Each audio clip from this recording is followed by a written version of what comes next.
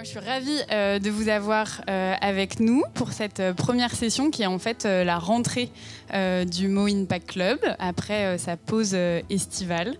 Donc voilà, ça y est, l'été est fini, mais on a un super programme sur septembre-décembre à vous proposer. Donc effectivement, là, sur septembre-décembre, nous, on va parler de plusieurs grandes thématiques. D'abord, on va échanger avec deux grands témoins sur la question de la raison d'être et de la mission et comment est-ce qu'on peut accompagner son entreprise de façon opérationnelle dans la construction d'une mission. On recevra Thomas Brezard et Emery Jacquilla. On va ensuite parler de la question de la biodiversité avec deux grands témoins, une experte et puis du témoignage d'entreprise. Et l'autre point essentiel de notre programme, c'était la question de la quête de sens et du rapport au travail. Et on trouvait ça assez fondamental de pouvoir commencer effectivement cette session. J'entends toujours un petit peu de musique derrière moi. Je vais peut-être la couper, c'est sympa, mais merci. Ça sera peut-être plus clair.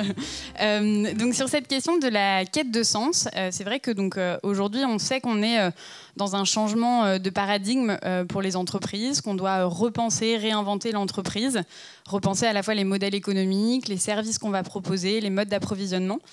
Mais ce qui est aussi fondamental, c'est que l'entreprise doit se repenser avec les limites planétaires, mais aussi avec les attentes des nouvelles générations. Et pour ça, ça veut dire savoir aussi transformer son entreprise en termes de gouvernance, de management, en termes de rémunération. Se demander aussi quels vont être nos nouveaux modes de travail et surtout notre rapport au travail. Et ça, c'est un point qui nous paraît vraiment essentiel, et de se questionner sur comment est-ce qu'on va travailler demain, comment est-ce qu'on va pouvoir permettre de proposer des rémunérations plus justes pour tous et toutes, comment est-ce qu'on va permettre aussi l'accès à des emplois valorisants à tout le monde. Ça, c'est des questions qui sont fondamentales et qui sont au cœur de la transition environnementale. Et ça, c'est un point à ne pas oublier. Donc pour ça, quoi de mieux que d'écouter les premiers concernés. Donc c'est pour ça qu'on a décidé d'organiser cet événement avec le programme Mo for Young, qui est notre programme dédié à la jeunesse au Mo, avec le témoignage de deux jeunes avec des parcours différents et d'une sociologue aussi pour comprendre voilà, tous ces changements qui sont en train de se passer dans notre société. On aura aussi ensuite ce petit temps d'échange voilà, qu'on va un petit peu réorganiser parce qu'on s'adapte, mais vous pourrez échanger. On a quand même des jeunes dans la salle et puis des représentants d'entreprises pour comprendre un petit peu, vous, chacun, vos besoins, vos attentes.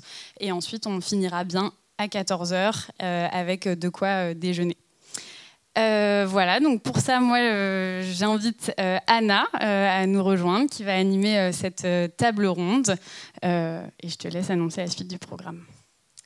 Merci Eva. Bienvenue à tous et à toutes. Donc moi, c'est Anna, je travaille au Mo depuis 3 ans maintenant. J'ai 2 casquettes, la communication et les programmes jeunesse et engagement, qu'on appelle Mo for Young. Donc pour celles et ceux qui ne connaissent pas forcément ce programme, Mo for Young, c'est une communauté nationale de jeunes qui s'engagent pour un avenir plus désirable, plus durable, solidaire et inclusif. Et c'est aussi un appel à projets. Chaque année, on soutient des projets d'intérêt général, qui soient utilité environnementale ou sociétale, portés par des jeunes entre 8 et 27 ans.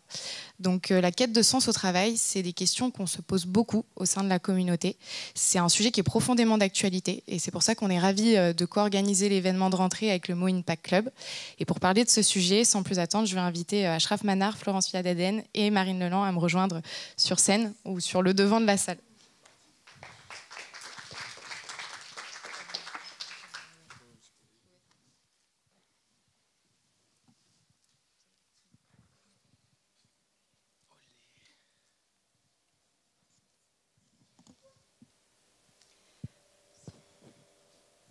Alors Marine, tu as 24 ans. Tu es une tout jeune active issue d'une formation en transition énergétique. Tu as rejoint il y a 1 an le célèbre collectif pour un réveil écologique qui aide à la transformation des formations et à trouver son job ou son futur job. Ashraf, toi tu as 25 ans, tu es franco-marocain, tu es né en quartier prioritaire et tu as grandi en milieu rural. Après un master d'ingénierie, tu as commencé ta carrière chez Danone pour opérer un 360 et aujourd'hui tu es le président et le cofondateur de l'association Destin Lié, qui lutte contre la précarité étudiante et qui défend la justice climatique et sociale. Florence, tu es sociologue, maîtresse de conférences et militante pour l'IE-POP. Depuis 2012, tu travailles sur les politiques jeunesse et sur la mise en travail des jeunes. Merci à vous trois d'être présents parmi nous aujourd'hui. On va rentrer directement dans le cœur du sujet. Florence, quand on parle de quête de sens au travail, de quoi parle-t-on précisément ? Bonjour à toutes et à tous, d'abord. Et merci pour l'invitation. Alors, quand on parle de quête de sens au travail, à mon avis, on parle aussi, peut-être surtout, de rapport à l'emploi et pas seulement de rapport au travail. Et je pense que la première quête de sens au travail, c'est une quête de conditions de travail, de conditions d'emploi qui soient compatibles avec ses choix de vie, sa vie personnelle, voilà, c'est les choix qu'on fait à côté, et aussi ses valeurs. Et je pense que c'est là-dessus que les choses sont un peu en train de se reconfigurer. Que on entend souvent qu'il y a une révolution de la quête de sens au travail. Bon, les gens ont toujours préféré travailler avec du sens que sans aucun sens.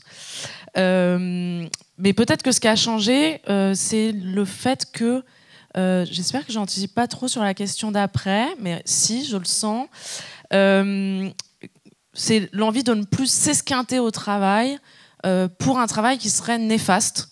Alors, on va en reparler beaucoup. Il me semble qu'il y a une transition importante, c'est la transition entre comment dire, l'intérêt général. Enfin, avant cette quête de sens, elle était notamment associée à la fonction publique, à l'idée de travailler pour les services publics, de travailler pour l'État, pour le collectif, pour le bien commun. Ça a un peu basculé vers l'associatif avec notamment la baisse du nombre de fonctionnaires. Et on est entré dans une relation plutôt à l'intérêt général, voire à l'utilité sociale avec le développement de l'ESS. Et voilà, il me semble que c'est là qu'il y a une petite transformation du sens, puisque maintenant c'est aussi dans les entreprises du privé, y compris du privé lucratif, qu'il y a cette idée d'impact qui apparaît. Voilà. Donc on comprend malgré tout que la quête de sens, c'est des sujets qui sont propres à chacun. Ashraf, quelle est ton interprétation de la quête de sens et comment elle s'est manifestée au sein de ton parcours ? Bonjour à toutes et tous, ça fait plaisir de vous voir, merci pour l'invitation. Moi, c'est quelque chose qui est arrivé très tôt dans mon parcours. Tu le disais, je suis franco-marocain, mes parents sont venus du Maroc pour, dans l'espoir d'une meilleure vie en France. Et ils avaient un espoir aussi qu'on ne puisse ne pas s'esquinter au travail. C'est un très bon point. Et du coup, j'étais un peu le témoin, d'abord en quartier populaire, puis en milieu rural, et aussi entre deux pays différents, d'inégalités qui étaient très fortes, que je vivais moi-même, et en me disant, voilà, moi j'ai envie que mon temps, le temps que je dédie à la société, ce soit un temps qui permette de changer les choses et de réduire ces inégalités qui touchent mes proches en fait. C'était ça, donc c'était un rapport très urgent, très proche, et de me dire, pour l'instant, il y a un moment où j'avais l'impression de gaspiller mon temps d'une certaine manière, et j'avais envie de le réinvestir justement dans le fait de pouvoir réduire ces inégalités-là. Donc c'est arrivé à ce moment-là, c'était un fil pendant mon parcours et ça continue de l'être. Donc voilà. Mais c'est arrivé très très tôt au vu de mon expérience personnelle et de celle de ma famille. Marine, je te vois hocher la tête. Toi, quelle est ton interprétation de la quête de sens ? Est-ce qu'elle est similaire à celle d'Ashraf ? Est-ce qu'elle est arrivée assez tôt dans ton parcours ? Oui. Bonjour à tous et à toutes. Du coup, moi, c'est un peu différent. Je pense que ça s'est fait un peu sur le long terme. Donc, comme l'a dit Anna, je suis membre du collectif pour un réveil écologique. Donc, je travaille principalement sur les questions de transition écologique et sociale. Et en fait, donc moi, j'ai grandi en région parisienne, donc j'ai fait prépa, école de commerce, et c'est vrai que tout s'est un peu enchaîné. Et en fait, c'est vraiment au fil de mon parcours où je me suis rendu compte que y avait vraiment ce manque de prise en compte des enjeux écologiques et sociaux. Et en fait, c'est vraiment au fil de l'eau où en fait, j'ai rencontré des gens, j'ai échangé, je me suis renseignée aussi sur toutes les lectures par rapport à ça, le GIEC, etc. Et en fait, au fur et à mesure, j'ai commencé à essayer aussi de voir ce qui se passait un peu ailleurs. J'ai fait beaucoup de woofing. Voilà, du coup, j'essayais un peu de sortir de cette zone de mon milieu, en fait, pour essayer de voir un peu ce qui se passait ailleurs. Et c'est vraiment, je pense, mon voyage en Asie. Je suis partie en Asie et je pense que j'ai un peu vu le summum d'aberration en fait écologique, où en fait un exemple très concret, mais il y avait un bâtiment où en fait les gens qui travaillaient à l'intérieur, il y avait la climatisation qui était généralisée à l'ensemble du bâtiment et chaque personne avait un chauffage individuel pour contrecarrer la clim qui était gérée à l'échelle du bâtiment. Donc un peu des trucs comme ça qui m'ont un peu marqué, et quand je suis rentrée, je me suis dit je me sentais un peu impuissante et je savais pas trop comment faire pour m'engager plus, et j'ai eu l'opportunité de rejoindre ce collectif.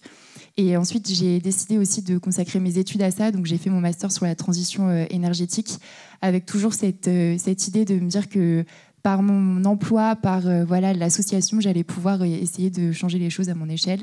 Et je trouve que c'est le collectif, je pense qu'on va en reparler plus tard, mais c'est un levier énorme qui est hyper rassurant pour les jeunes et qui permet de vraiment pouvoir ensemble créer quelque chose. Et je trouve que c'est hyper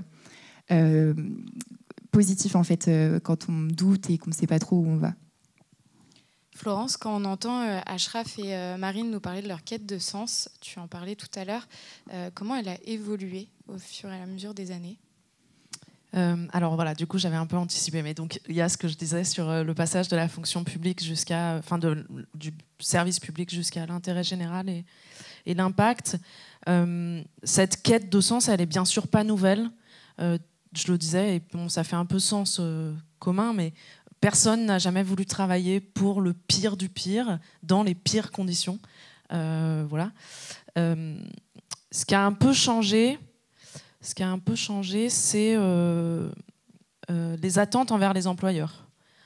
Ça, c'est un discours assez récent. On le trouve beaucoup dans les enquêtes de sociaux, notamment depuis le début des années 2010, avec l'idée que on va avoir des attentes envers l'employeur, et pas seulement envers le travail qu'on réalise, mais aussi pour qui on le réalise, et notamment alors des attentes en termes d'impact environnemental et écologique, mais aussi des attentes envers une réduction des inégalités, une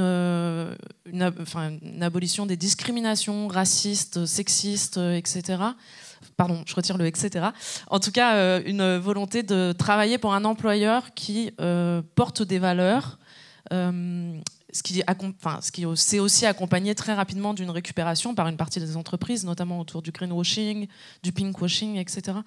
Voilà, mais ça, c'est ce qui ressort vraiment des enquêtes, c'est que les jeunes, en fait plus que les jeunes, hein, mais les jeunes veulent travailler pour un employeur irréprochable en soi.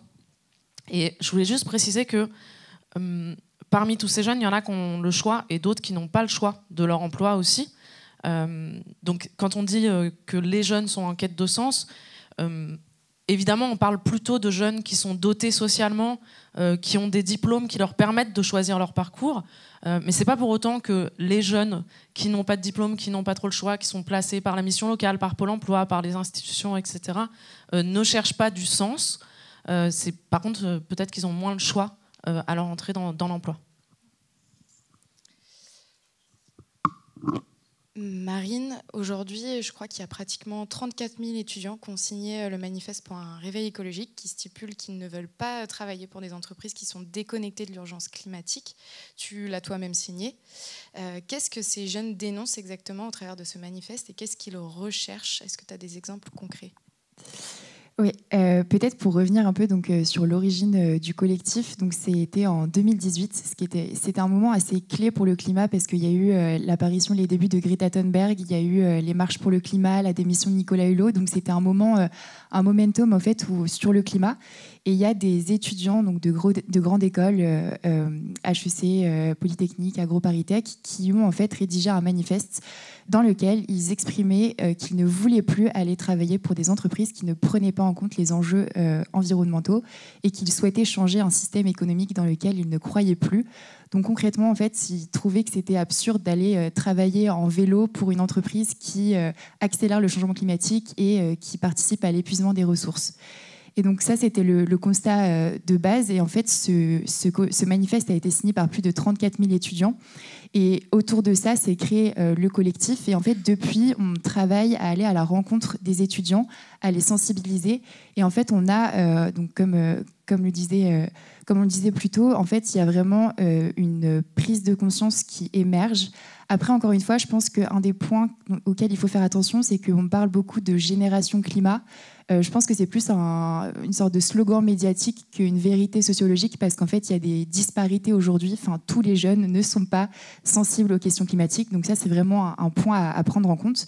Mais globalement, nous, en 2022, on a réalisé une enquête avec Harris auprès de 2000 jeunes de 18 à 30 ans, toutes catégories socio-professionnelles confondues, et 2 jeunes sur 3, disaient qu'ils étaient prêts à renoncer à un emploi qui ne prendrait pas en compte ces enjeux socio-écologiques.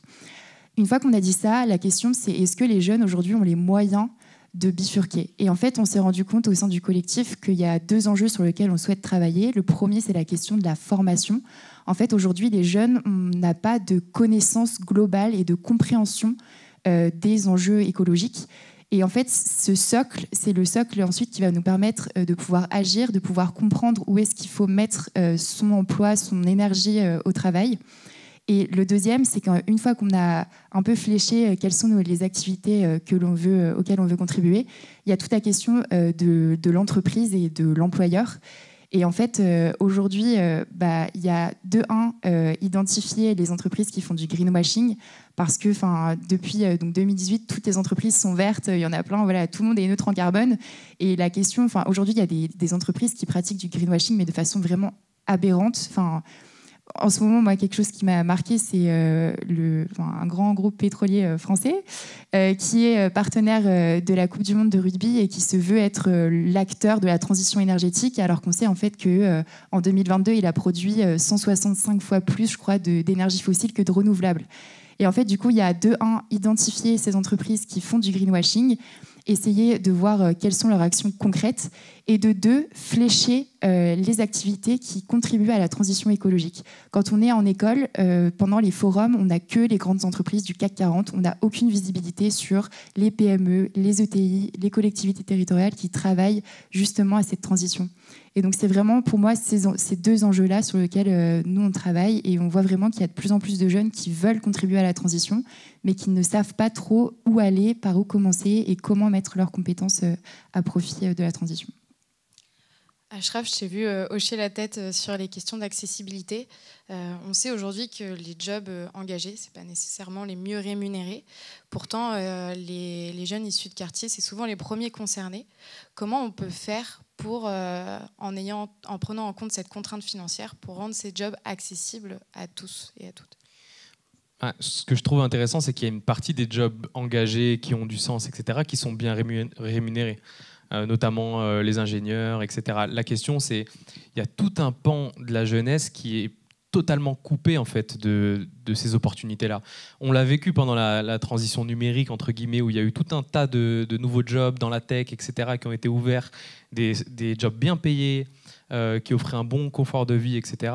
Il y a eu un moment 80 000 emplois par an qui étaient non pourvus dans la tech, et dans le même temps, des jeunes issus de milieux populaires, que ce soit en milieux ruraux ou en quartiers populaires, qui avaient des records de chômage, justement. On le voit aussi, il y a une sociologue qui s'appelle Fabienne Federini qui fait un travail extraordinaire, qui dit qu'à résultat égal, en 3e par exemple, les jeunes issus de milieux populaires ont 2 fois moins de chances d'accéder au lycée général. On parque vraiment d'une façon très très large les jeunes par discrimination économique, par discrimination sociale, par discrimination sur l'ethnie ou l'origine perçue, etc., dans les filières professionnelles notamment. Et ces filières professionnelles, c'est, je crois, 3 filières dans les bacs professionnels qui regroupent l'immense majorité de ces jeunes-là, et il y a un bouchon à l'emploi à la sortie. Donc il y a des grandes disparités sur les questions de formation, et forcément, du coup, à chaque étape de la formation, ces inégalités-là s'accumulent. Par exemple, l'Observatoire des inégalités montre quelque chose qui est quand même très frappant, je trouve. Au collège unique général, entre guillemets, les jeunes qui sont issus de milieux populaires et les jeunes qui sont issus de familles de cadres sont à peu près le même nombre, à peu près la même proportion. Sauf que cette proportion dans les études supérieures, elle s'effondre pour les étudiants de milieu populaire. L'université, je crois que c'est à peu près 13%, mais lorsqu'on prend en compte les grandes écoles de commerce, les grandes écoles d'ingénieurs, etc., alors là, c'est la disparition complète. Voilà, 0,9. On est à moins d'1%. Et ça, c'est quelque chose qui est absolument dramatique. Les quelques dispositifs d'égalité des chances qui sont vraiment portés comme des étendards de justice sociale, etc., ne changent pas cette réalité de système d'une certaine manière. Et donc forcément, les emplois dans la transition, par exemple dans les métiers industriels, qui pourraient être des métiers d'excellence par la voie professionnelle, n'existent pas dans la formation professionnelle. Et aussi les métiers de la transition sur la question énergétique, sur la question de la rénovation des bâtiments, etc., sont juste pas accessibles parce qu'en bout de chaîne, les inégalités se sont tellement accumulées que les employeurs ne voient juste pas sur la liste des candidats ces jeunes-là qui sont issus de milieux populaires. Et moi, je veux attirer l'attention sur une chose, parce que je crois que dans la salle, il y a beaucoup d'entreprises. Je suis passé moi-même du côté entre guillemets actif, etc. Et lorsqu'on doit recruter des stagiaires, des premiers emplois, on a vraiment facilement, et je le dis moi, alors que je viens de ce milieu-là, je connais le monde des assos, etc., on a le réflexe des grandes écoles en se disant c'est une sécurité. On se dit on minimise le risque quand on recrute de grandes écoles. Moi, j'ai envie de vraiment essayer de nous rendre sensibles sur le fait que lorsqu'on, par exemple, rien qu'on ouvre un stage à un profil qui n'y aurait jamais eu accès autrement, c'est quasi changer une vie d'une certaine manière. Alors que lorsqu'on vient de grande école, c'est un stage parmi d'autres, d'une certaine façon. Donc demain, vous allez devoir recruter des stagiaires, des alternants, des apprentis, des premiers jobs. J'espère que ma voix résonnera dans vos têtes en vous disant, bon, et si là, je ne pouvais pas faire un acte social d'une certaine manière parce que la compétence et la qualité n'a rien à voir avec l'école. Moi, je veux le dire. Hein. J'ai fait des études d'ingé, et je terminerai par là, des études d'ingé en code, donc en tech. Et je peux vous dire que des gens qui n'ont jamais touché l'école d'ingé, mais qui ont fait leur cours sur Open Classrooms, étaient bien meilleurs que nous en code. Sauf que, en sortie de... Et je vois des gens sourire, j'imagine que vous voyez de quoi je parle. En sortie de boucle, nous, en école d'ingénieur, c'est très facile d'avoir un job. C'est très facile, on a l'embarras du choix, les salaires sont mirobolants, etc. Et les gens qui ont fait ça en autodidacte, on la voit boucher. Donc voilà, je veux juste le pousser parce que c'est une question aussi de justice sociale, la question de la transition écologique. Pour donner les clés justement aux entreprises qui sont parmi nous aujourd'hui et puis aux entreprises qui vont voir aussi le replay de cette conférence, on va parler concrètement salaire, responsabilité, temps de travail, management. Selon vous, Achraf, Marine, quelles sont les attentes de ces générations sur ces sujets-là ? Ok, je peux essayer. Par où commencer ? Donc je pense, comme on l'a dit précédemment, que en fait, il y a donc une quête de sens auprès des jeunes et qu'en fait, il y a de plus en plus de personnes qui sont sensibles à en fait ce que leur métier soit utile. Je pense que vraiment la question de l'utilité, de la finalité de l'activité, c'est quelque chose qui est central dans la recherche d'emploi des jeunes aujourd'hui. C'est quelque chose qui prend de l'ampleur, mais les aspects... les conditions matérielles, en fait, sont toujours aussi importantes. Aujourd'hui, voilà, quelqu'un qui sort d'école... Encore une fois, je parle de ce que je connais, donc plutôt les grandes écoles. Par exemple, en commerce, ça coûte plusieurs milliers d'euros de faire une école. Et donc, en fait, il y a beaucoup de personnes qui ont des prêts et qui vont se diriger automatiquement vers des emplois qui sont bien rémunérés. Et donc pour moi, il y a aussi cet enjeu-là que les métiers qui soient alignés avec la transition proposent des salaires qui soient à la hauteur des attentes des jeunes. Ensuite, je pense qu'aujourd'hui, on reviendra sur la question de les jeunes ne veulent plus bosser, voilà, ils sont feignants par rapport aux anciennes générations.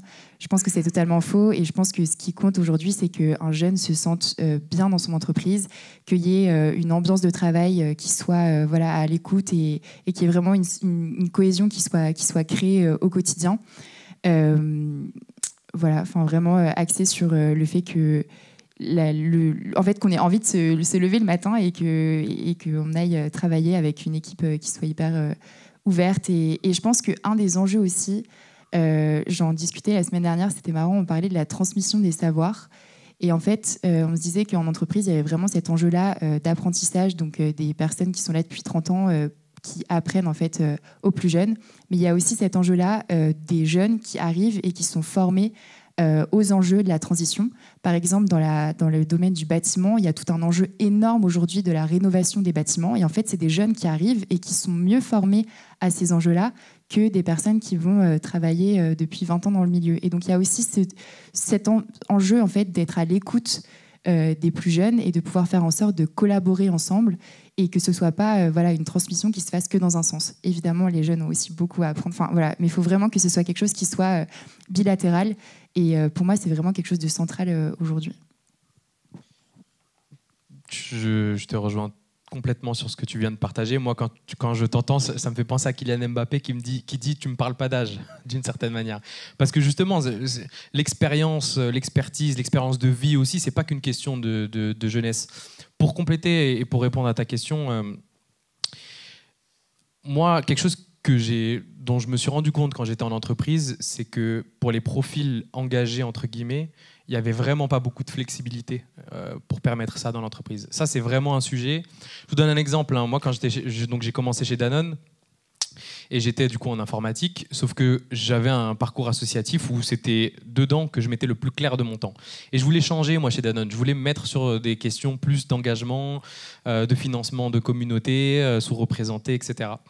Et alors qu'on faisait du plaidoyer toute la journée, toute la nuit avec mon asso, qu'on discutait avec les parlementaires, les ministres, etc., moi, je n'ai pas été pris sur justement ce fonds Danone Communities, tout simplement parce que je n'avais pas la bonne école, la bonne étiquette, etc. Alors que l'expérience sur le terrain était là et on a assez bossé pour pouvoir dire qu'on l'avait.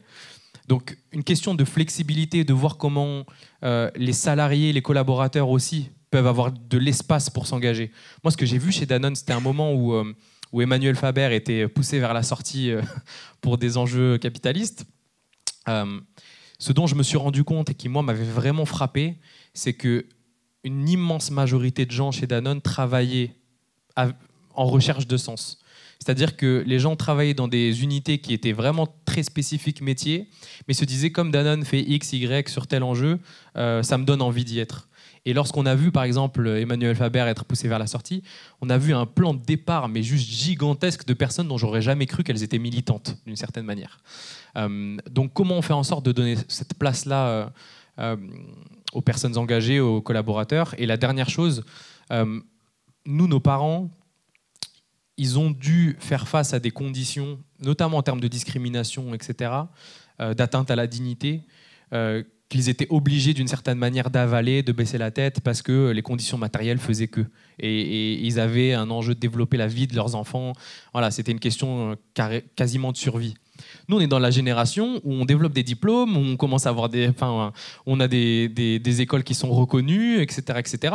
On n'a plus envie de vivre dans ces espaces-là. On n'a plus envie d'être dans un environnement de travail qui touche à notre dignité. On n'a plus envie d'entendre des phrases juste qui se baladent et qui portent atteinte à la dignité de tel ou tel groupe. C'est quelque chose qui existe dans les entreprises, qui existe fortement, qui est trop tu. Les personnes même qui sont des alliés ne sortent pas sur ces questions-là. Il faut vraiment essayer de faire en sorte, en particulier pour les personnes qui sont sous-représentées, en particulier pour les personnes qui subissent les inégalités, qu'elles soient économiques, de genre, etc., que l'espace de travail soit un espace qui soit accueillant pour ces personnes-là. Parce que sinon, c'est la double peine. C'est-à-dire c'est la double peine parce qu'on galère à y rentrer, et c'est la deuxième peine lorsqu'en fait on vit mal le fait d'être salarié dedans. Et ça, c'est une question pour vous qui est morale, d'une certaine manière, mais c'est une question aussi économique. Si la morale ne vous parle pas, c'est une question économique. Parce qu'il y a la question de la fuite des talents. Ce sont des talents, ces gens-là. Et ils contribuent à la performance économique de votre entreprise. Il y a 1000 études qui le montrent maintenant. Donc si vous ne le faites pas par morale, et j'espère que vous le ferez par morale ou que vous le faites déjà, c'est très bien, mais faites-le pour l'économie, parce que ces personnes-là, lorsqu'elles développent des ressources, c'est aussi un acte de justice sociale d'une certaine manière et de dignité. Donc voilà, c'est un peu les trois pans que je vois sur l'amélioration du cadre de travail et le rôle des entreprises, qui est plus qu'un rôle économique. C'est un acteur social, l'entreprise. Et ça, j'ai l'impression qu'on l'a un peu mis de côté beaucoup dans notre société. Donc, tu parlais de bien-être au travail. On se rend compte aussi que notre rapport au temps est de plus en plus important, précieux. Florence, quelle est la place du travail dans nos quotidiens aujourd'hui? Comment elle a évolué? Je suis désolée, je vais faire une mini digression avant. Je veux juste rebondir vite fait sur ce que vous disiez avant de l'oublier. je sais plus, c'est toi qui disais il y a 1%, enfin c'est moi qui disais il y a 1%, mais c'est toi qui disais qu'il y a une sélection sociale extrêmement forte après le collège. Et cette sélection, on sait qu'elle commence même encore plus tôt. Hein. Déjà, les redoublements à l'école primaire sont sociaux et déjà, enfin bon, bref, influencés par plein de critères. Je voulais juste faire le lien entre ce que tu disais sur... Il y a très peu de... Alors, en l'occurrence, les enquêtes, c'est enfants d'ouvriers et enfants d'immigrés. Dans les grandes écoles, c'est aussi ceux qui subissent le plus Parcoursup, hein, puisqu'ils ne sont pas dans les bons lycées, ils ne sont pas, etc. Et ce que tu disais sur une grande école, ça coûte cher. Et en fait, le lien, il est assez clair, il me semble. Ce que ça veut aussi dire, c'est qu'il y a une sélection sociale qui se fait par l'argent, à la sortie du lycée notamment, et que donc faire plus confiance à des étudiants qui sortent d'écoles de commerce, qu'à des étudiants de grandes écoles, qu'à des étudiants qui sortent par exemple de l'université ou d'autres formes de formation, c'est faire une sélection par l'argent. Voilà. Et je trouve que c'était hyper clair quand vous l'avez dit l'un après l'autre, et du coup c'était intéressant de le remarquer. Voilà. Pour rebondir juste... Désolée, j'ai piraté les questions. 2 secondes là-dessus, je pense qu'il y a une sélection par l'argent, et j'ai l'impression qu'il y a aussi une sélection par le fait qu'en fait, il y a certaines... dans certains milieux, en fait, on n'est même pas informé du fait, par exemple, que les prépas existent. Et en fait, moi, j'avais fait mon lycée dans la commune, et en fait, j'avais entendu parler de la prépa via une pote, mais en fait, à aucun moment, on est venu nous présenter ce que c'était une prépa et ce que c'était les grandes écoles, etc. Et du coup, il y a aussi ce manque d'information à la racine qui fait qu'il y a la question, évidemment, de l'argent, mais il y a aussi la question de l'accès à l'information, à toutes les possibilités qui existent comme études quand on est au lycée. Mais voilà, c'était juste complètement. Qui, à mon avis, va un peu ensemble, parce que les lycées où on a l'info sont les lycées. Voilà, bref. Désolée, je reviens sur le rapport au travail, qui est encore aussi, à mon avis, un rapport à l'emploi et rapport on disait rapport au temps. On a beaucoup parlé, notamment depuis le confinement sanitaire de 2020, mais pas que, de télétravail, de flexibilité. C'est un nouveau discours de la flexibilité qui est plus un discours sur les gens veulent changer d'emploi, mais qui est un discours sur les gens veulent mieux concilier leur vie privée et leur vie professionnelle, qui est quelque chose qu'on entend aussi beaucoup à destination des jeunes. Les jeunes, ils veulent pouvoir avoir plusieurs sphères de vie, voilà. Effectivement, là, il me semble qu'il y a une vraie quête. Il y a une quête de balance, d'équilibre entre vie privée et vie professionnelle. Encore une fois, qui date pas d'hier, hein, qui date pas d'aujourd'hui.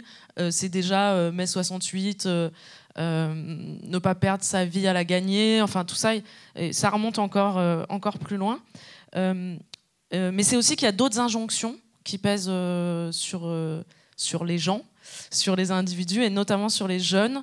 Je pense notamment aux nouvelles injonctions sur la parentalité, qui sont des injonctions extrêmement exigeantes par rapport au cadre qu'il faut pouvoir fournir à un enfant.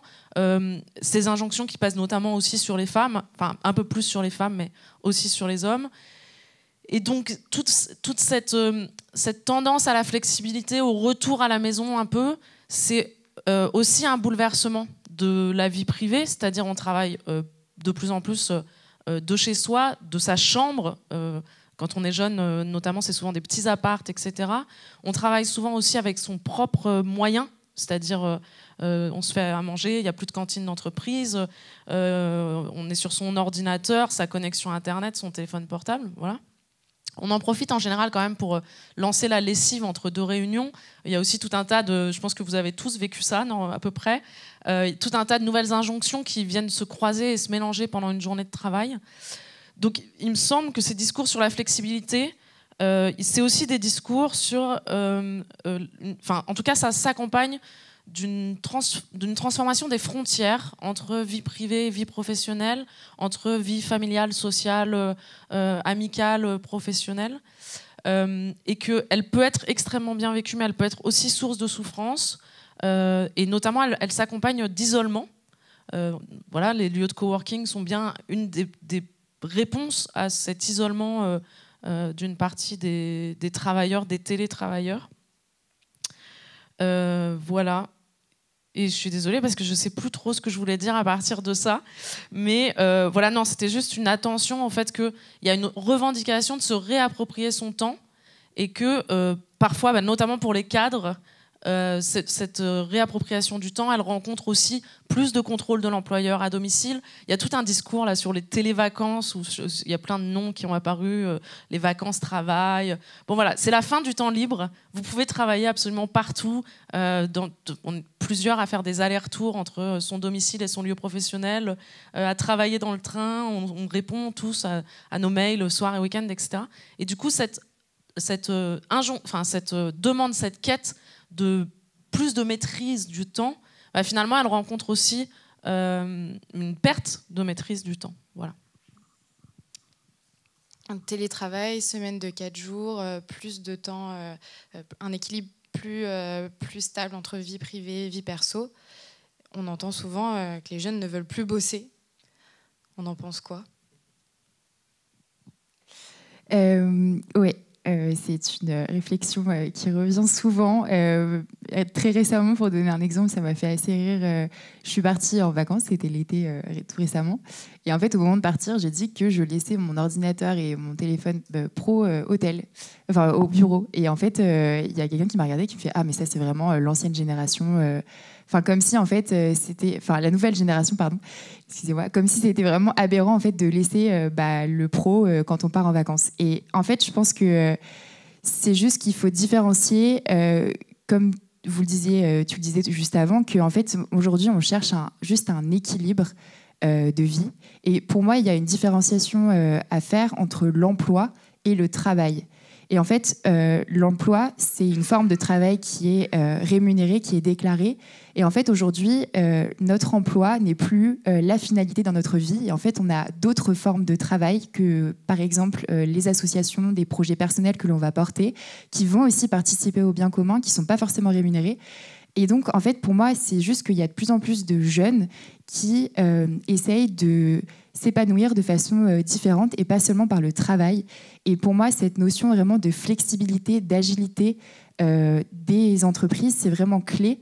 Moi, aujourd'hui, j'ai fait, quand je suis sortie de mes études, la grosse question, c'était, voilà, est-ce que je bifurque totalement ? Est-ce que je vais dans une entreprise qui n'est pas forcément alignée à 100% avec la transition et j'essaie de faire bouger les choses de l'intérieur ?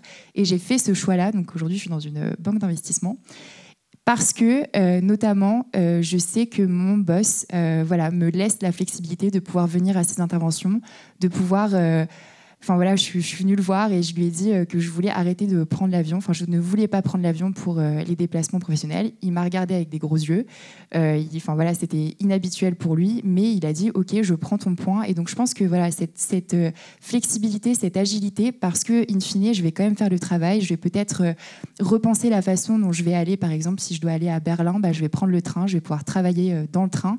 Et en fait, ça va bien fonctionner aussi. Donc, en fait, il y a vraiment juste cette réallocation du temps, des activités, mais ça ne veut pas dire qu'on travaille moins, ça ne veut pas dire qu'on est moins efficace, et au contraire, je pense qu'on est beaucoup plus motivé au travail si à côté, on sait qu'on a un peu de temps pour continuer à alimenter en fait ces sources qui nous donnent vie et qui nous inspirent, et voilà. Donc je pense que c'est hyper important de vraiment trouver cet équilibre de vie. Peut-être pour compléter ce que tu viens de partager, déjà, est-ce que quelqu'un dans la salle pense que les jeunes ne travaillent pas assez ? Moi, ça m'intéresse d'avoir les... Si quelqu'un pense ça, qu'il lève la main. Sinon... Ok. Donc, on répond à la question pour des gens en externe. C'est très bien. Moi, il y a cette injonction au travail, je trouve que c'est vraiment une question... Enfin, que c'est un sujet qui est un sujet de privilège, d'une certaine manière. Parce que, par exemple, les étudiants précaires, ils sont une immense majorité à travailler comme des fous. Et en fait, le travail pour ces personnes-là, c'est un travail qui n'est souvent pas du tout lié à son domaine d'expertise, d'études, etc. C'est un travail souvent qui demande beaucoup d'heures. Et en fait, la conjonction entre études et travail non lié à son domaine avec beaucoup d'heures, ça fait exploser le taux d'échec. Donc par exemple, est-ce qu'on se dit qu'à ce moment-là, c'est bien, tu as bien travaillé, tu as beaucoup travaillé, tu t'es... voilà, c'est toujours un sujet en fait de quelle perspective on parle, et pour ces jeunes-là notamment, le travail c'est aussi ce qui les amène dans le mur. Et ça, c'est quelque chose qu'on ne voit pas. Je pense que vous avez vu, vous êtes nombreux à avoir vu les files alimentaires qui ne cessaient de grandir pendant le Covid, qui préexistaient d'ailleurs à la crise Covid. C'est un sujet qui n'est toujours pas réglé. Un étudiant sur deux saute des repas. On est en France. Voilà. Donc moi, ça me pose toujours la question de se dire est-ce que notre génération est finalement une génération qui est paresseuse, etc. Notre génération, c'est une génération honnêtement qui est en immense difficulté et en plus une difficulté silencieuse parce qu'on a détruit les capacités de pouvoir d'agir de ces générations, tant en termes de structure syndicale que de mouvement jeunesse qui n'a pas forcément les moyens pour exister, etc., etc. Moi, avec Destin Lié, c'est ça l'objectif qu'on a. On se dit que les inégalités, c'est pas une question on n'a pas les bonnes solutions, on n'a pas les bonnes politiques publiques, c'est une question de balance négative du rapport de pouvoir. C'est ça en fait le vrai sujet. Et c'est là où les entreprises, par ailleurs, elles peuvent jouer un rôle qui est juste extraordinaire, c'est que nos générations ont besoin des entreprises pour rééquilibrer la balance de pouvoir. Parce que si elle n'est pas du côté public, si elle n'est pas de notre côté parce qu'on n'a pas forcément toutes les ressources qui permettent si on n'a pas les familles qui permettent aussi de contrebalancer ce rapport de pouvoir, il reste les entreprises. Et souvent, c'est ça qu'on utilise. Donc, si les entreprises n'ont pas ce rôle-là, c'est complexe. Donc, nos générations, elles travaillent énormément. Et en fait, c'est juste une question d'inégalité très profonde et de système qui nous empêche d'une certaine manière de construire notre pouvoir. Et nous, c'est ça qu'on fait. Et c'est pour ça que les entreprises ont aussi un rôle avec les associations. Ces deux mondes sont beaucoup trop éloignés les uns des autres, c'est un fait. Et pourtant, on peut avoir la capacité de faire des choses ensemble et faire avancer ces questions-là. Je pense que c'est important à comprendre des deux côtés. Et donc concrètement, aujourd'hui, qu'est-ce que les entreprises peuvent mettre en place pour attirer les nouveaux talents, donc les nouveaux talents issus de toute la catégorie hétérogène de la jeunesse, et qu'est-ce qu'elles peuvent mettre en place aussi pour fédérer les talents existants? Je pense que comme on l'a évoqué précédemment, déjà avoir des conditions de travail qui soient décentes pour tous, de faire en sorte qu'il y ait vraiment une ouverture sur tous les milieux et qu'il y ait vraiment une politique d'intégration et d'inclusion à l'échelle du groupe. Et je pense qu'aujourd'hui, il y a aussi qu'on a des difficultés aussi à voir quelles sont les instances de gouvernance qui nous permettent, en tant que jeunes, de participer à la vie et à la stratégie de l'entreprise. Je pense qu'il y a un réel enjeu en fait, à vraiment permettre un dialogue social en interne et à créer une cohésion sur ces sujets-là et en fait à se dire que quand on arrive, on est junior, mais en fait on peut quand même être force de proposition et faire en sorte que on soit assez à l'aise en fait pour pouvoir proposer des choses et faire en sorte qu'il y ait vraiment cette rétention des talents aujourd'hui. Voilà un peu ce que je peux dire là-dessus. Je ne sais pas si vous voulez rajouter. Ouais, complètement. Moi, je pense qu'il y a un sujet sur le recrutement qui est juste immense et qui n'est pas du tout réglé. Si on se dit qu'on cherche les grandes écoles, forcément, de fait, il y a déjà une sélection, il y a déjà un tamis qui est passé. Et donc, forcément, vous n'avez pas l'entièreté des profils divers qui peuvent être des forces et des chances pour vos entreprises. Donc, avoir vraiment un œil là-dessus. Et il y a des assos qui accompagnent pour faire ce travail-là. C'est-à-dire que ce n'est pas juste quelque chose qui est lancé en l'air, c'est quelque chose qu'on peut faire en collaboration. Ça, c'est la première chose. La deuxième chose, c'est effectivement donner des conditions qui permettent à ces jeunes-là de pouvoir prendre l'opportunité. Par exemple, les premiers jobs, lorsqu'on a un prêt sur le dos, parce que si on n'a pas fait de prêt, on ne fait pas d'études, et que le salaire est bas, il y a une partie de la jeunesse qui peut se permettre ça, il y a une autre partie de la jeunesse qui ne pourra pas se le permettre, de façon pure et simple. Donc ça, c'est une autre chose. Une troisième chose, c'est permettre justement la flexibilité dans les entreprises, parce qu'on est dans l'urgence.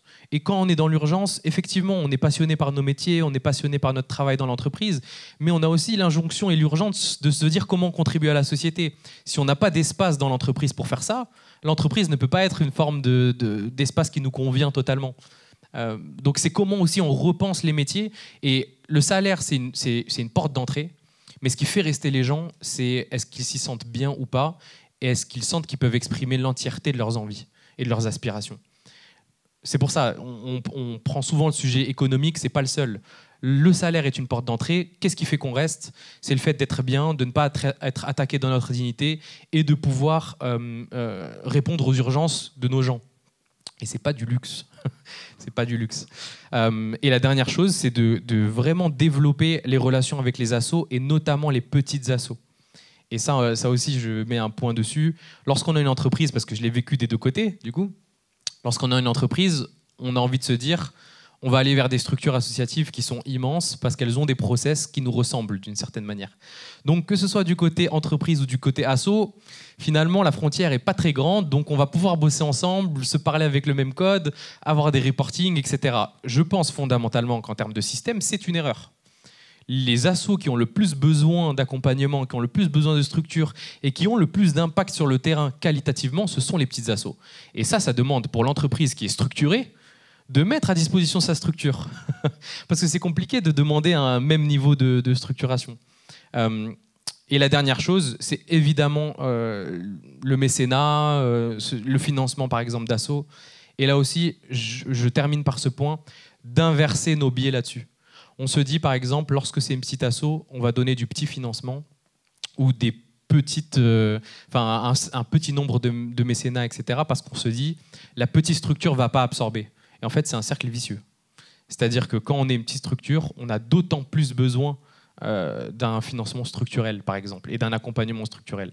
Et ça demande vraiment de renverser en fait, la façon de penser des structures pour l'accompagnement de la société civile, parce que c'est de ça qu'on a besoin aujourd'hui aussi, d'être des deux côtés, côté entreprise et côté société civile pour faire bouger des choses. Voilà. Florence, tu veux compléter, je te vois hocher la tête. J'ai hoché la tête.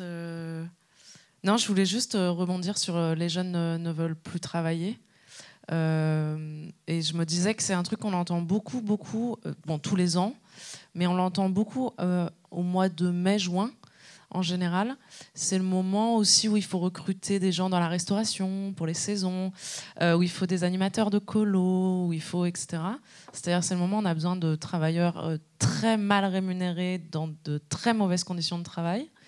Et c'est intéressant parce qu'en général, en septembre, on a complètement oublié que les jeunes ne voulaient plus travailler et on est plutôt passé aux étudiants précaires, voilà. Bon, avant qu'on se remette à parler de comment... Bref, de comment il faut s'habiller pour aller à l'école primaire. Et sur cette question de les jeunes ne veulent plus travailler, moi je trouve ce qui est vraiment scotchant, c'est à quel point c'est devenu une obsession pour la société, mais aussi pour les jeunes. Cette question de l'insertion professionnelle, c'est une obsession maintenant dès le collège en fait. Le traditionnel stage de troisième est devenu un véritable enjeu. C'est plus du tout l'occasion d'aller voir ses parents travailler. Les réformes récentes, notamment je pense au baccalauréat, à la réforme du baccalauréat a des effets énormes là-dessus parce que tout est calcul d'insertion maintenant. Bon, Parcoursup, évidemment, a un rôle là-dessus.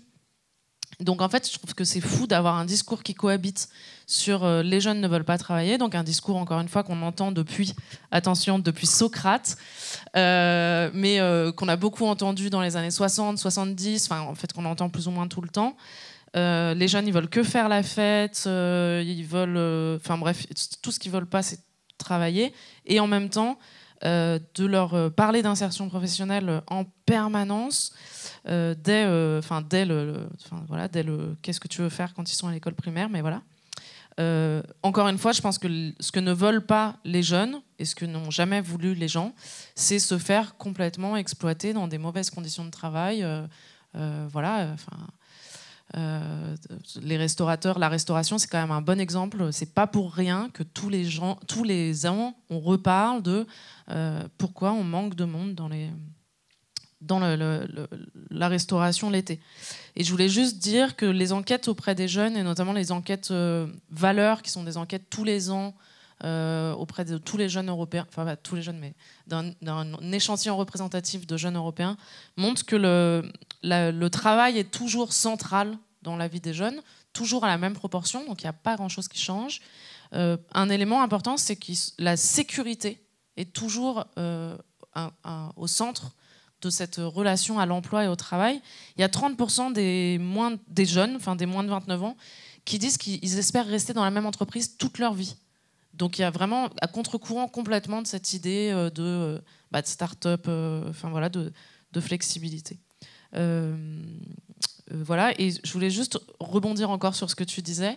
On parlait tout à l'heure de la quête de sens au travail, et je pense qu'effectivement, il y a un élément hyper important, c'est que si les gens investissent plus leurs valeurs et leur morale dans leur activité professionnelle, c'est aussi que les autres espaces d'investissement ne prennent plus du tout la même place, ce qui est peut-être pas à déplorer, peut-être pas... Enfin voilà, en tout cas, il y a un fait qui est lié au désinvestissement des partis politiques, au désinvestissement des syndicats, au désinvestissement des associations locales, etc. Pour le dire autrement, avant, on avait plus tendance à accepter des conditions morales, on va dire, d'emploi ou de travail qui nous déplaisaient, mais à côté, on avait une activité au syndicat, une activité militante, etc. Et comme on n'a plus ni les structures collectives pour ça, ni le temps pour ça, on réinvestit aussi tout cet engagement à l'intérieur de la sphère professionnelle. Voilà. Bon, du coup, on a compris, c'est clair pour tout le monde, les jeunes ne sont pas feignants, ils ne sont pas paresseux, ils ont envie de bosser. Donc, mais pas à n'importe quelle condition. Mais pas à n'importe quelle condition. Parmi nous, dans la salle, on a du coup plusieurs entreprises. Est-ce qu'il y a un dernier message que vous aimeriez leur faire passer ?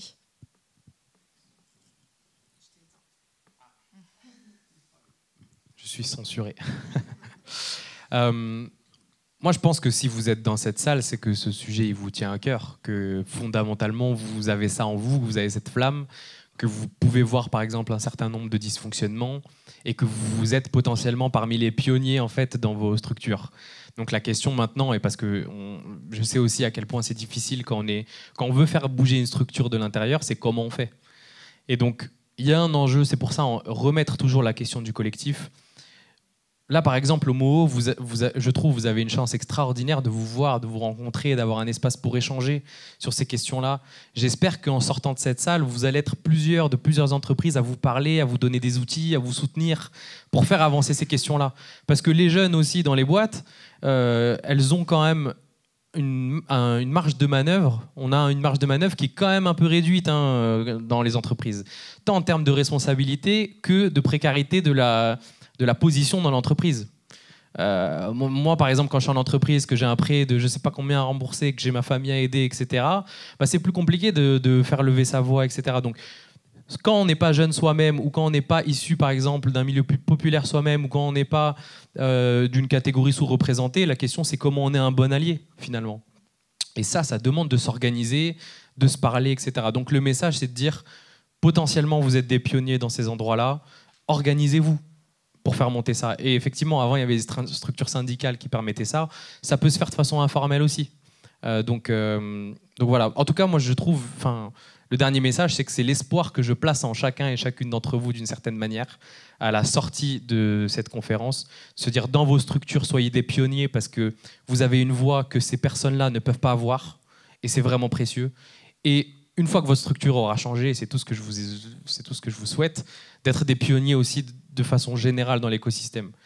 Et je pense que c'est une responsabilité qu'on peut partager. Nous, on le fait avec des ressources qui sont plus limitées. Potentiellement, elles sont plus développées chez vous. Faisons-le ensemble parce que de toute façon, faut que ça tire dans le même sens. Voilà. Pour rebondir sur ce que tu viens de dire, un élément hyper intéressant, c'est le fait de dire que nous, en fait, en tant que jeunes, on peut porter ces messages, mais in fine, on n'a pas la place de décision. Et en fait, c'est vous, en tant que dirigeant d'entreprise, qui allez avoir les clés pour mettre en main cette transition écologique. Donc, il y a vraiment cet enjeu-là que vous preniez en main, vous vous organisez, etc. Et le dernier message aussi qui dépasse un peu la question peut-être de l'emploi et des jeunes, c'est qu'en fait, ça va être la prise en compte des enjeux de transition socio-écologique va être un enjeu qui va attirer et fédérer certains talents et certains jeunes. Mais en fait, de manière plus globale, aujourd'hui, si on veut arriver à tenir nos objectifs, quand on regarde par exemple les accords de Paris et de limiter le réchauffement climatique à 1,5 degré, en fait, il y a certaines activités qui doivent évoluer et croître. Il y en a d'autres qui doivent se transformer. Il y en a d'autres qui doivent décroître et disparaître. Et en fait, aujourd'hui, pour moi, les dirigeants d'entreprise ont le rôle d'essayer d'anticiper et de planifier quelle va être la transformation de leur modèle économique au regard de cette transition. et de se dire qu'en fait, aujourd'hui, si vous anticipez pas ça, le coût de l'inaction, il sera d'autant plus fort en fait dans 10 ans. Et donc en fait, vous avez tout intérêt en tant qu'entreprise d'essayer d'anticiper et de planifier quelle va être cette évolution d'activité et comment va en découler aussi des changements en termes d'emploi et de compétences. Parce qu'il y a aussi cet enjeu-là aujourd'hui d'essayer de planifier et de flécher en fait des personnes vers là où on va avoir besoin de plus de main-d'œuvre et d'emploi pour réussir cette transition.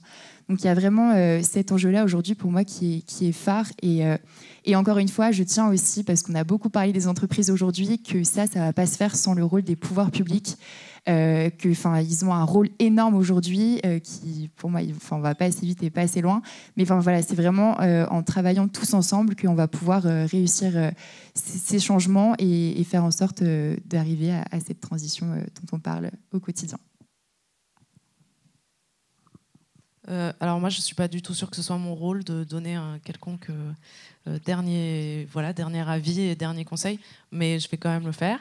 Moi, peut-être le seul point d'attention, et ça rebondit un peu sur la question des pouvoirs publics, c'est le développement des formes de sous-emploi et des formes de travail gratuit, y compris au sein des entreprises.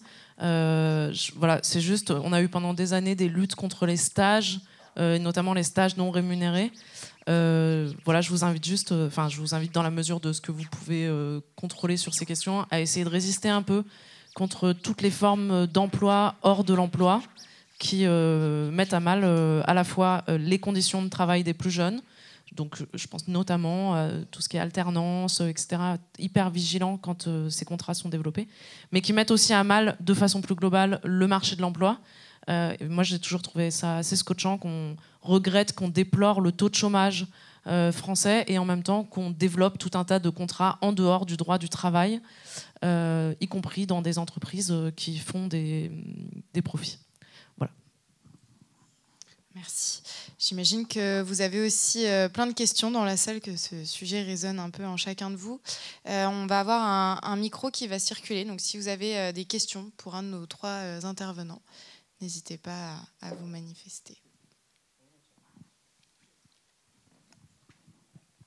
Bonjour, Abdallah Kilani, chef d'entreprise chez Masselin, donc groupe Vinci Énergie.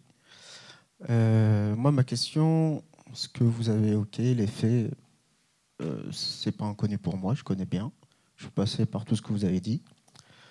Mais il faut aussi laisser le bénéfice du doute à l'entreprise. Parce que je pense que quand on est jeune, on ne connaît pas suffisamment l'entreprise. Et on ne se connaît peut-être pas non plus suffisamment soi-même. Et donc, ma question, c'est, à votre niveau, comment vous allez changer, si vous intégrez une entreprise ou via votre assos, pour changer un peu ce paradigme, ce regard, en prenant en compte la complexité de l'environnement, c'est-à-dire l'historique d'un dirigeant, sa culture, un peu, en quelque sorte, son état d'esprit. S'il est habitué à côtoyer une certaine catégorie socio-professionnelle, il ne va pas forcément raisonner comme une autre. Et donc, comment vous vous adaptez à ça ? Très bonne question. Nous, peut-être pour parler un peu de ce qu'on fait avec le collectif, en fait, on a lancé un projet qui s'appelle le projet Benchmark et qui vise en fait à aller à la rencontre initialement de grandes entreprises. Aujourd'hui, on a élargi à d'autres structures. Et en fait, justement, l'idée, c'est de dire aujourd'hui, quand on recherche un emploi, on va postuler à une entreprise et on va aller se renseigner sur Internet pour essayer de voir un peu à quoi ça ressemble, quels sont leurs engagements, etc. Mais c'est vrai que c'est très facile de lire des rapports et c'est compliqué en fait, d'avoir une réelle lisibilité sur la prise en compte de ces enjeux-là. Et du coup, nous, ce qu'on essaye de faire, c'est qu'en fait, on va à la rencontre... on essaie d'aller voir la direction et la stratégie et d'essayer de partir à la rencontre de ces dirigeants. Et en fait, une fois qu'on a ça, on va échanger avec eux pendant 1h30 en essayant de pousser un peu plus ces questions-là et de dire ok, c'est super cool votre rapport RSE, mais derrière, comment est-ce que vous prenez en compte ces enjeux ? Quels sont vos engagements ? Et in fine, on va publier des rapports pour chaque entreprise en disant voilà, nous, on les a rencontrés, notre avis est subjectif parce que c'était quelque chose d'1h30. mais ça peut vous donner peut-être des clés un peu plus qualitatives sur la façon dont le dirigeant d'entreprise ou la dirigeante d'entreprise va prendre en compte ces enjeux-là. Et donc l'idée, c'est d'essayer de fournir un peu des clés de lecture qui vont aller au-delà en fait, de simplement ce qui est publié. Et de façon plus globale, je pense qu'aujourd'hui, quand on va chercher un nouvel emploi, ce qui est bien, c'est justement de pouvoir échanger en amont avec les salariés qui vivent le quotidien d'entreprise pour voir comment est-ce que c'est pris en compte et quels sont les engagements, quelle est l'ambiance, etc. Et que quand on est jeune et qu'on cherche un emploi, il y a vraiment essayer de creuser un peu plus ces sujets. En entretien, ne pas hésiter à poser des questions très claires sur quels sont vos engagements, qu'est-ce que vous faites au quotidien, et d'essayer de sentir un peu cet engagement et tous ces éléments externes qui font que l'entreprise va prendre en compte ou non ces enjeux. C'est une bonne question. Ce que j'entends dans votre question, monsieur, c'est le fait de dire potentiellement laisser le bénéfice du doute aux dirigeants d'entreprise, peut-être que l'entreprise fait bien, etc.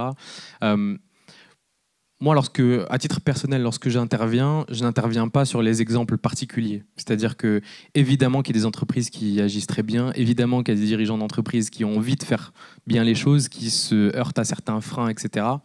Mais on essaye de discuter au niveau du système, c'est-à-dire en se disant, il y a quand même des grands schémas qui se reproduisent dans les entreprises. Et le fait que les entreprises ne font pas assez confiance aux jeunes, le fait qu'elles vont chercher des jeunes qui sont souvent issus de grandes écoles, d'un milieu élitiste, etc., c'est quand même, je pense, quelque chose qui est de l'ordre du système et qui se reproduit. Nous, par contre, ce qu'on dit, c'est de dire les deux mondes ne se connaissent pas assez bien. Moi, dans mon Destin Lié, qui est un nouveau mouvement qui a pour objectif d'organiser ces jeunes souvent précaires, c'est de dire créons des connexions, des passerelles entre ces jeunes-là qui généralement n'ont pas accès aux grandes entreprises ou aux entreprises tout court, et les entreprises, pour que les deux se connaissent mieux. Donc très concrètement, c'est à ça que ça ressemble. Ce que ça demande, c'est de notre côté de vouloir faire ce pas, et on en a envie, c'est un des buts de l'organisation, et du côté des entreprises, de vouloir le faire aussi.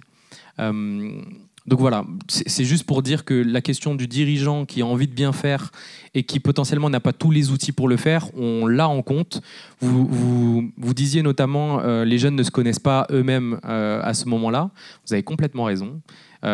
Souvent, on demande de s'orienter de façon très, très en amont, alors qu'on ne sait pas ce qu'on a envie de faire. Mais j'ai envie de dire, moi, j'ai plein de personnes que je connais à 30 ans, 40 ans, 50 ans, qui ne se connaissent pas elles-mêmes non plus et qui changent de trajectoire parce que, justement, elles sont dans des contradictions internes. C'est quelque chose qui nous traverse tout au long de notre vie. La question, c'est comment l'entreprise facilite ça. Comment l'entreprise permet, comme l'école devrait le faire, de mieux se connaître, de pouvoir toucher à différentes choses, d'être flexible, du coup, là-dessus et de faire confiance, de déléguer des responsabilités plutôt que des tâches. C'est aussi ça le message que je veux faire passer. Donc, complètement ouvert, en tout cas, pour faire le passage et de mieux connaître les dirigeants, si vous, de votre côté, vous avez aussi mieux envie de connaître les jeunes. Rapidement, et après, on prend une autre question. Juste pour rebondir, vous avez donné des conseils. Moi, je vais me permettre de vous donner aussi un conseil. Avec plaisir. Quand on est en situation, je dirais, soit minoritaire ou, entre guillemets, j'aime pas ce terme-là, mais un peu faible par rapport au contre-pouvoir, je vous invite à faire le premier pas. Parce que comme on évoquait la com, il faut qu'un des deux fasse le pas. Et c'est, comme vous dites, c'est notre système, c'est pas le plus fort qui fera le premier pas. Voilà. Normalement, c'est de votre responsabilité de le faire. Mais vous savez quoi ? Nous, on est plus sur avoir des résultats plutôt que d'avoir raison. Donc, je vous invite à me donner votre numéro à la fin de la conférence. Si vous voulez. Merci.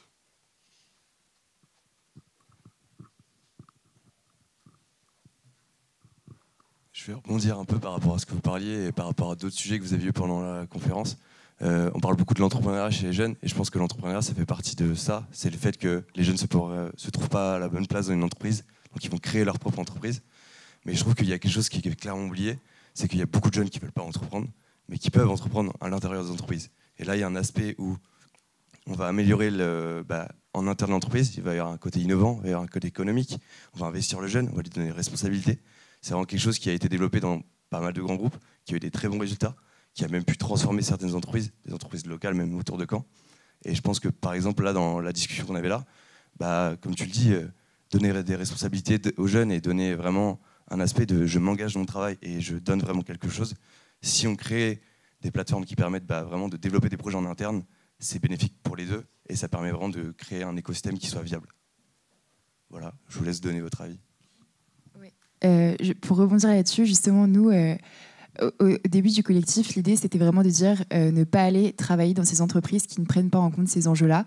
Parce qu'en fait, le meilleur moyen pour faire bouger une entreprise, c'est de ne pas y aller, parce qu'elle va être obligée de prendre en compte ces enjeux pour attirer les talents. Et moi, je pense, et du coup, j'ai fait ce choix-là aussi, tu vois, d'aller faire changer les choses de l'intérieur, mais justement parce que je savais, parce que j'avais fait un stage auparavant dans cette entreprise, et je savais que j'allais avoir l'espace nécessaire pour pouvoir faire bouger les choses à mon échelle, encore une fois. Je ne vais pas changer la stratégie de l'entreprise, mais voilà, de me dire qu'en fait, au quotidien, tu as assez d'espace et tu as assez d'écoute pour proposer de nouveaux projets. Et je pense qu'un des enjeux, et si on veut attirer et faire de la rétention de talent, c'est vraiment aussi pouvoir proposer des espaces où en fait, les salariés et les employés se sentent assez libres pour pouvoir proposer ces choses-là. Et donc, je suis tout à fait d'accord avec toi sur le fait que, en fait, on a aussi besoin de personnes qui sont en intérieur. Et après, après c'est mon avis, mais je pense qu'il y a quand même certaines entreprises qui affichent clairement le fait qu'elles n'ont pas du tout vocation, qu'elles n'ont pas. En fait, pour moi, ça dépend vraiment de la direction. Si tu vois que la direction, il y a un peu cette volonté de se poser des questions, etc., ça peut être hyper intéressant d'y aller. Mais il y a vraiment des entreprises qui, pour moi, ne vont pas dans le droit chemin et ça va être très compliqué en tant que jeune de débarquer et de dire on va changer les choses de l'intérieur. Donc, c'est vraiment essayer de prendre en compte un peu quelle est l'appétence en fait, de la direction par rapport à ces enjeux et comment est-ce qu'elle veut les prendre en main. Merci beaucoup pour la question, parce que effectivement, je pense que c'est un sujet, la question de l'entrepreneuriat de façon générale, et qu'une partie ne peut pas entreprendre de façon aussi simple. Je pense que c'est quelque chose qu'on a beaucoup développé ces dernières années, c'est-à-dire l'entrepreneuriat, le fait de trouver des clients plus facilement que de trouver un patron. Voilà. Petite anecdote perso, moi, lorsque j'ai changé du métier d'ingénieur à des métiers d'engagement, alors que je suis en CDI, ma mère, elle ne dormait pas, mais pendant des nuits et des nuits et des nuits, parce qu'elle craignait l'instabilité dont elle a pu souffrir pendant toute sa vie. Pour ces entrepreneurs-là, c'est encore pire, en fait. C'est-à-dire que, d'une certaine manière, les politiques publiques se dédouanent un peu de la question de la place de ces jeunes-là dans les entreprises en se disant on va leur faire des programmes pour qu'ils entreprennent. Sauf qu'en fait, ils ont aucun moyen ils sont moins financés structurellement, c'est-à-dire qu'on va plus financer sur du titre d'école. Ça, c'est pareil, c'est montré. On va plus financer sur quelqu'un, par exemple, qui va sortir d'HEC, qui aura un très beau PowerPoint avec une idée qui est sur l'IA ou je sais pas quoi, va lever des millions. Et ça, c'est avec des exemples que j'ai en tête. Et des personnes qui ont des super idées de terrain, etc., de milieu populaire, vont pas avoir accès à ces espaces-là. Donc effectivement, c'est un vrai sujet. Peut-être que du coup, la question de pousser l'entrepreneuriat dans les entreprises, en particulier pour ces profils-là, c'est peut-être un début de solution pour ces profils-là. Moi, je trouve qu'en tout cas, c'est une très bonne idée et ça peut être poussé de façon beaucoup plus importante. Pour rebondir sur ce que tu viens de dire, moi, j'avais du coup échangé au sein de ma direction sur justement le recrutement et le fait que quand on cherche des gens, clairement, l'entreprise dans laquelle je suis dit clairement qu'elle va chercher que dans les grandes écoles. Parce que, et c'était intéressant, c'est parce que en fait, on va aller investir dans des startups qui sont aujourd'hui majoritairement fondées par des personnes de grande école et qu'en fait, il y avait vraiment ce truc de dire on va aller chercher des personnes qui viennent de ces milieux-là parce qu'en fait, elles sont toutes en réseau déjà. Et du coup, si on recrute des personnes qui viennent de grandes écoles, elles vont connaître des fondateurs de grandes écoles qui représentent la majorité. Et donc, en fait, c'est beaucoup plus simple.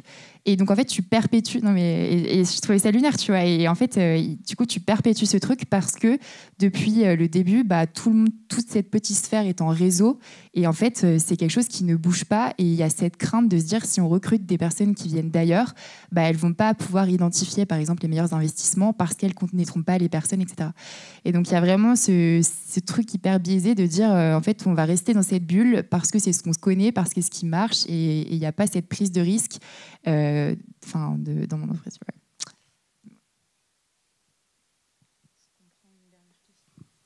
Alors, il est 14 h, donc s'il y a une dernière question à poser. Après, on a toujours ce petit temps d'échange pour échanger tous ensemble.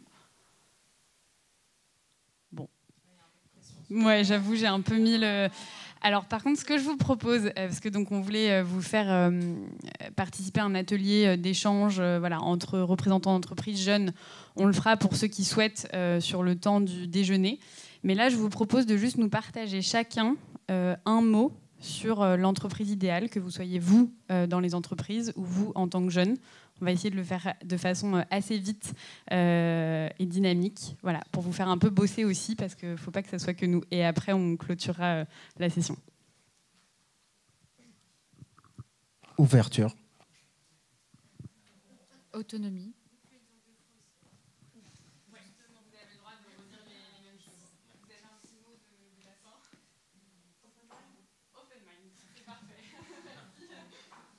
Inclusion. Agile. Oui, c'est la diversité, inclusion. Initiative. Coopération. Tolérance. Bienveillance.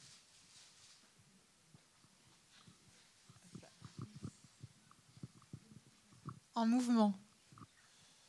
Bienveillante aussi. Je reprends le mot de ouverture. Confiance. Ouverture. Wow, ça me fait faire un peu d'exercice là. Responsable. Initiative. Sociale et solidaire. Ouverte. Collaboration. Parfait. Est-ce que tout le monde a pu participer ? Super. Merci pour ça. Comme ça, on va pouvoir vous faire un petit tableau de tout ce qui est ressorti. Et Anna, je te laisse. Merci beaucoup Florence, Ashraf et Marine pour ces échanges passionnants. Si vous voulez discuter encore un petit peu avec eux, il y aura un petit cocktail du coup après la conférence. Si jamais vous cherchez à postuler ou à recruter, il y a 2 plateformes dédiées au recrutement à impact qui sont Job That Makes Sense et Shift Your Job. C'est sûrement pas les 2 seuls, mais en tout cas on travaille beaucoup avec ces 2 acteurs. Donc voilà, on vous les recommande vivement. Et nous, côté Mo for Young, on continue sur le sujet puisqu'on sera présent les 11 et 12 octobre prochains à Rennes pour le premier forum dédié à l'impact écologique et social avec Arthur et Hélène qui sont 2 de nos lauréats Mo for Young, qui sont aussi les co-auteurs et coproducteurs du documentaire Rupture que vous avez peut-être déjà vu. Donc on vous invite vivement à y participer si vous souhaitez. Il y aura des agoras, des témoignages, des ateliers, des job dating, bref, tout ce qu'il faut. Donc voilà, n'hésitez pas à nous retrouver directement sur place. Et côté Mo Impact Club, la prochaine session, c'est le jeudi 19 octobre, avec cette fois-ci une session atelier. Donc on reçoit Thomas Brezard sur le concept de perma-entreprise, un concept qu'il a testé en interne sur comment est-ce qu'on opérationnalise vraiment sa raison d'être. Donc là, ça sera vraiment l'occasion de faire un atelier de travail sur différents secteurs. Donc c'est sur un midi 15h, c'est un petit peu plus long que d'habitude, mais je vous invite vraiment à y participer. Là, on va mettre cette fois-ci un peu plus les mains dans le cambouis. Voilà. Et sinon, merci beaucoup à toutes et à tous. C'était encore une fois un plaisir. Et on reste ensemble pour ceux qui veulent. Et ceux qui veulent prendre comme d'habitude un petit truc à emporter pour manger sur la route, c'est aussi possible.